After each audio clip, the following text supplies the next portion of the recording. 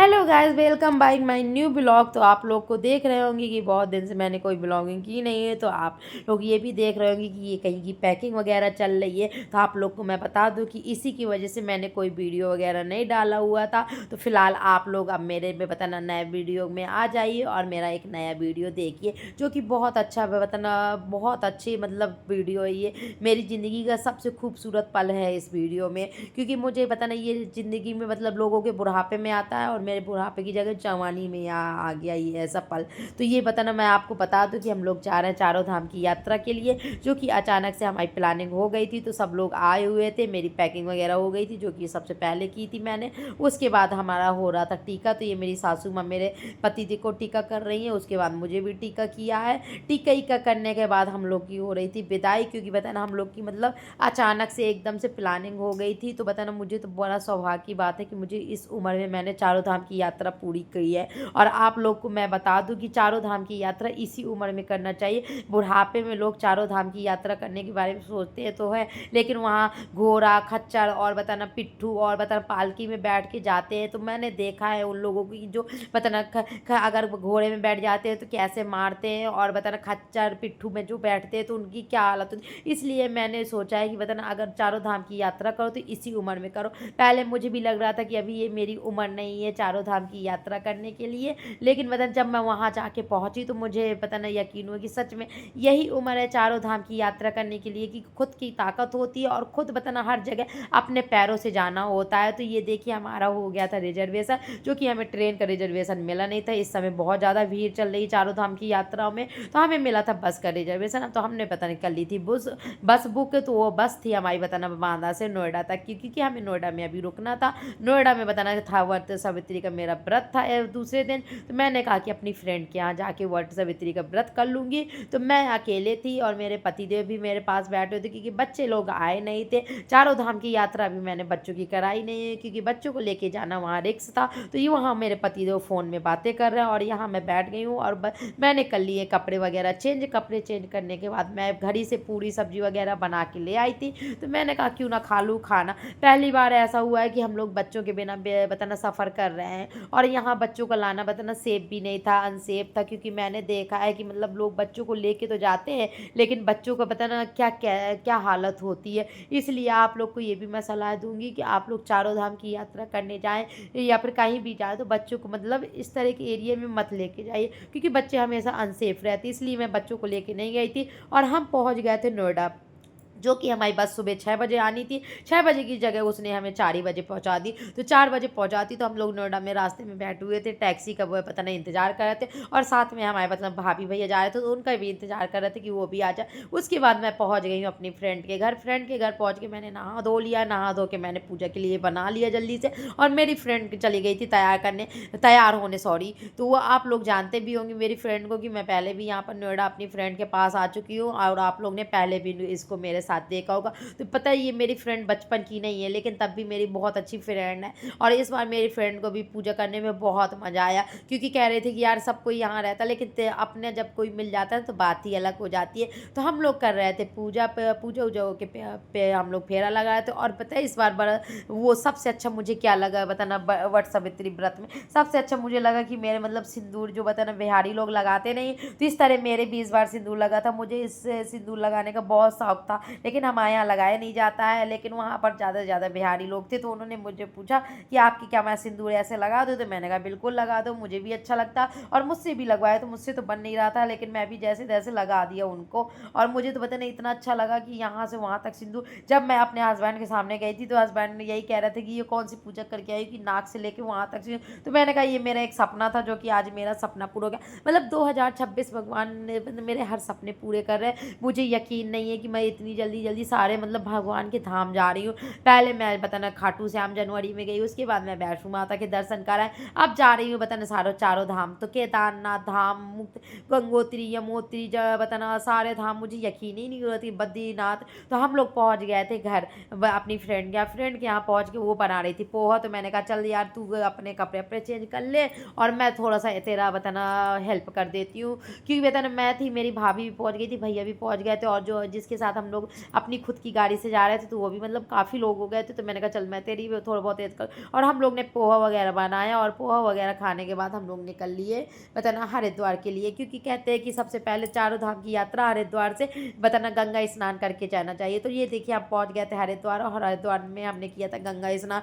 पहले तो लग रहा था कि क्या करेंगे, और हम लोग कपड़े वगैरह लेके गए नहीं थे, क्योंकि पहले मेरे हस्बैंड कह रहे थे कि नहीं नहाएंगे नहीं, बस ऐसे पानी बस छिड़क लेंगे। फिर मेरा मन नहीं भरा, मैंने कहा नहीं पहले नहा ले फिर बताना निकलते। तो हम लोग कुछ नहीं, कपड़े ही पहन के डूब गए पानी में, और पानी से डूब गए, और जब तक हम लोग जाने के टाइम तक हम लोग सूख भी गए, क्योंकि यहाँ पर हरिद्वार में इतनी ज़्यादा धूप थी कि कुछ कहने को नहीं। तो हम लोग नहा के तुरंत हम लोग सूख गए, और पता नहीं इसी तरह यही कपड़े पहन के मतलब हम यात्रा के लिए निकल लिए। और रास्ते में मतलब इतना अच्छा लग रहा था कि कुछ कहने को नहीं, पहाड़ी को। तो ये देखिए हम पहुँच गए थे यमुनोत्री धाम के रास्ते में। और पता है चारों धाम में एक चीज़ बहुत अच्छी है कि ज़्यादा हम लोग के कपड़े वगैरह नहीं लगते। चारों धाम अगर आप लोग करने जाएँ तो ज़्यादा मतलब कपड़े वगैरह ज़्यादा मत लें, ज़्यादा सामान लेने से बहुत ज़्यादा दिक्कत हो जाती है। फिलहाल हम तो अपनी ही गाड़ी में थे, हम लोग ने मतलब कोई गाड़ी नहीं, हम लोग ने खुद की गाड़ी ही लेके गए थे। लोग तो बहुत डरा रहे थे कि यार यहाँ का ड्राइवर नहीं वहाँ काम कर पाएगा, यहाँ की गाड़ी नहीं वहाँ काम कर पाएगी, लेकिन ऐसा कुछ नहीं है यार। अच्छा ड्राइवर हो, अच्छी गाड़ी हो, तो ये सब जगह की काम कर जाती है। तो इसीलिए हमारा खुद का ड्राइवर था, और हमारे बताना खुद की गाड़ी थी,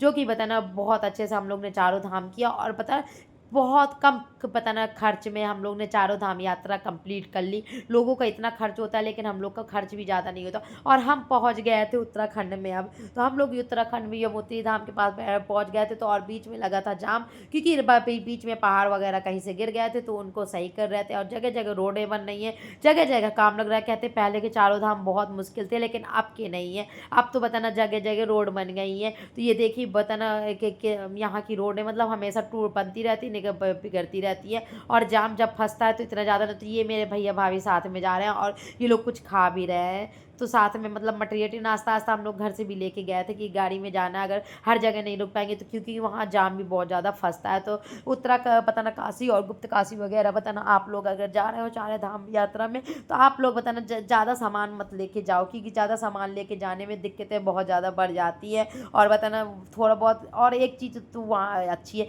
सुबह ठंड शाम ठंड, और बताना दोपहर की कोई ठंड नहीं होती। तो देखिए हम लोग को तो लोग बहुत कहते हैं वहाँ बहुत ज़्यादा ठंड होती है, ये ले लो वो ले लो। हम लोग ने लिया भी थोड़ा बहुत, नहीं भी लिया था, लेकिन बताना हम लोग का तब भी चल गया। एक बताना मतलब मैंने ज़्यादा ज़्यादा अपना चारों धाम लोअर टी शर्ट में कर लिया, कि बताना वहाँ हर जगह मुझे 2-2 बार नहाना था। तो बताना इसलिए मैंने मतलब चारों धाम में मैं कपड़े ज़रूर ज़्यादा ले गई थी, लेकिन अब सोचती हूँ कि अब इस तरह की तीर्थ यात्रा में जाना चाहिए तो कपड़े वगैरह नहीं लेके जाना चाहिए। तो ये देखिए हम लोग यमुनोत्री धाम के पास पहुँच गए थे, और हम लोग ने आज यहीं पर स्टे किया हुआ था, क्योंकि बताना सोचा था कि खाना ना खा के अब रात बहुत ज़्यादा होगी, तो हम लोग रात की बताना चढ़ाई वगैरह कुछ कर नहीं सकते हैं। तो हम लोग ने वहाँ स्टे कर लिया था। स्टे करने के बाद हम लोग सुबह मॉर्निंग में फिर वो बताना उठ के होटल वगैरह में नहा के कपड़े वगैरह मतलब आपने फिर देखिए वही लोअर टी शर्ट, क्योंकि बताना मैंने वो ज़्यादा। और ये देखिए पालकी में लोग कैसे जा रहे हैं। तो ये हम लोग पहुँच गए थे यमुनोत्री धाम के गेट में, और यमुनोत्री धाम के गेट में पहुँचते ही बताना हमें सब लोग कहते बहुत चढ़ाई। तो हमने मतलब लिया डंडा, और वहीं पर हम लोग ने लिए भुट्टे भुट्टे वगैरह खाए, तो बहुत अच्छे लगे। और डंडा एक मतलब आप धाम में जाओ तो डंडा जरूर सहारे के लिए ले जाओगी, डंडा ले जाने पर मतलब चढ़ाई बहुत आसान हो जाती है। और हम लोग को 3-4 घंटे यमुनोत्री धाम में 3-4 घंटे हम लोग जाम में फंसे रहे, क्योंकि वहाँ इतना ज़्यादा तगड़ा जाम लग गया था कि कुछ कहने को। देखी नीचे से यमुना जी बह रही है, और मंदिर वगैरह सब दिखा, मतलब इतना सुंदर नज़ारा था कि कुछ कहने को नहीं। तो इस तरह बताना हम लोग यमुनोत्री धाम पहुँचे, और यमुनोत्री धाम पहुँचते पहुँचते हम बहुत ज़्यादा थक गए थे। चढ़ाई में तो कम थक गए थे, बट जाम में बहुत ज़्यादा थक गए थे। और बताना भगवान की इतनी अच्छी कृपा थी कि यमुनोत्री धाम में जिस दिन हम लोग यमुना जी के किनारे गए थे उस दिन बारिश नहीं हुई थी। और देखिए लोग पिट्ठू और बताना घोड़े में खच्चर में कैसे आ रहे हैं। इसलिए मेरा तो कहना है कि बढ़िया जवानी में आप लोग तीर्थ यात्रा करो। और ये देखिए मैंने स्नान वगैरह कुंड में कर लिया था, क्योंकि यमुनोत्री धाम में था कुंड गर्म वाला, तो हल्का सा था, तो वहाँ पर मैंने स्नान कर लिया। और यमुना जी का पानी तो बहुत ज़्यादा ठंड था। और ये है यमुना जी का मंदिर, जो कि बहुत अच्छा लग रहा था वहाँ पर, और हम लोग को दर्शन भी बहुत अच्छे हुए थे। तो हम लोग नहा धो के यमुना जी के दर्शन करने चले गए। वहाँ पर गर्म कुंड था, गर्म कुंड में बताना जहाँ सूर्यकुंड जिसे बोलते हैं, वहाँ पर हम लोग ने किए थे चावल बताना गर्म, क्योंकि वहाँ पर कहते हैं चावल पकाए जाते हैं। तो हम भी ले गए थे घर से चावल एक कपड़े में बांध के, तो इस सूर कुंड में मतलब पंडित जी कर रहे थे चावल गर्म।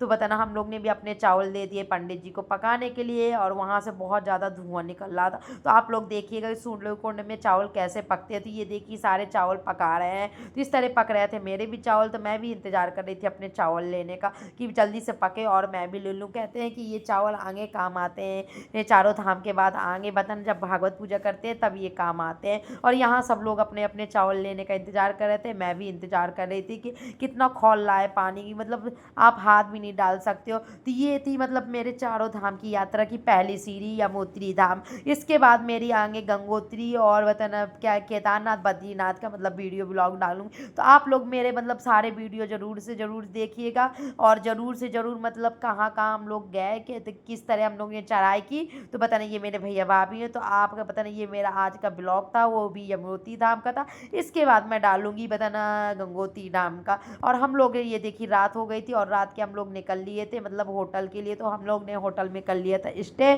क्योंकि बताना रात में सफ़र करना पहाड़ों का मतलब बिल्कुल भी सेफ नहीं है। और देखिए कितना अच्छा मौसम, बहुत अच्छा लग रहा था। फिर रात होने के बाद हम लोग ने स्टे करी, स्टे करने के बाद हम लोग सो गए। उसके बाद फिर हम लोग दूसरे दिन का, तो अब देखिए हम लोग खा रहे थे गरम गरम मैगी, क्योंकि पहाड़ों में जाओ और मैगी ना खाओ तो मज़ा नहीं। और पहाड़ों में सबसे ज़्यादा आलू का पराठा और मैगी ही मिलती है। हम लोग मतलब इतनी बार मतलब गए हैं, मैं उत्तर का पता ना वो उत्तराखंड तरफ, तो वहाँ पर ज़्यादा से ज़्यादा आलू के पराठे और मैगी मिले। लेकिन फिर भैया इन लोगों ने मैगी बहुत टेस्टी बनाई हुई थी, जो कि खाने में मुझे बहुत मज़ा आ गया था। उसके बाद हम लोग जा रहे थे नाइट स्टे करने की बताना। तो हम लोग नाइट में रुक गए थे बताना।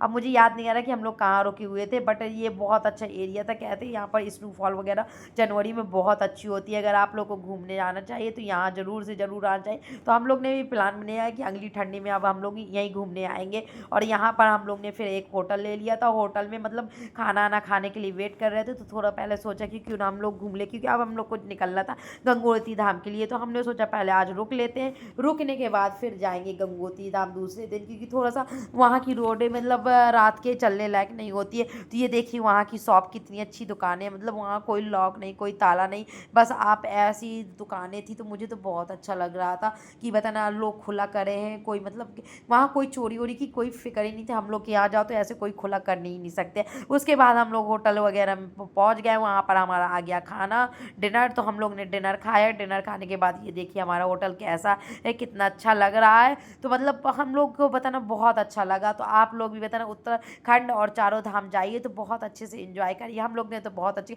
अगर मेरा वीडियो अच्छा